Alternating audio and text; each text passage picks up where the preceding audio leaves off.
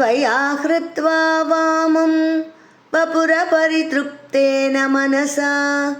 त्वया हृत्वा वामं वपुरपरितृप्तेन मनसा शरीरार्धं शम्भोः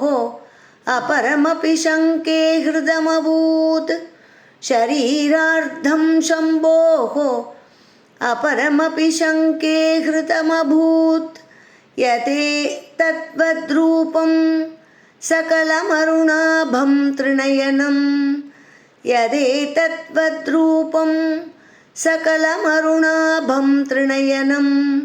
कुचाभ्यामानम्रं कुटिलशशिचूडालमकुटं कुचाभ्यामानम्रं कुटिलशशिचूडालमकुटं त्वया हृत्वा वामं वपुरपरितृप्तेन मनसा शरीरार्धं शम्भोः अपरमपि शङ्के हृतमभूत् यदेतद्वद्रूपं सकलमरुणाभं त्रिनयनं कुचाभ्यामानम्रं कुटिलशशिचूडालमकुटम्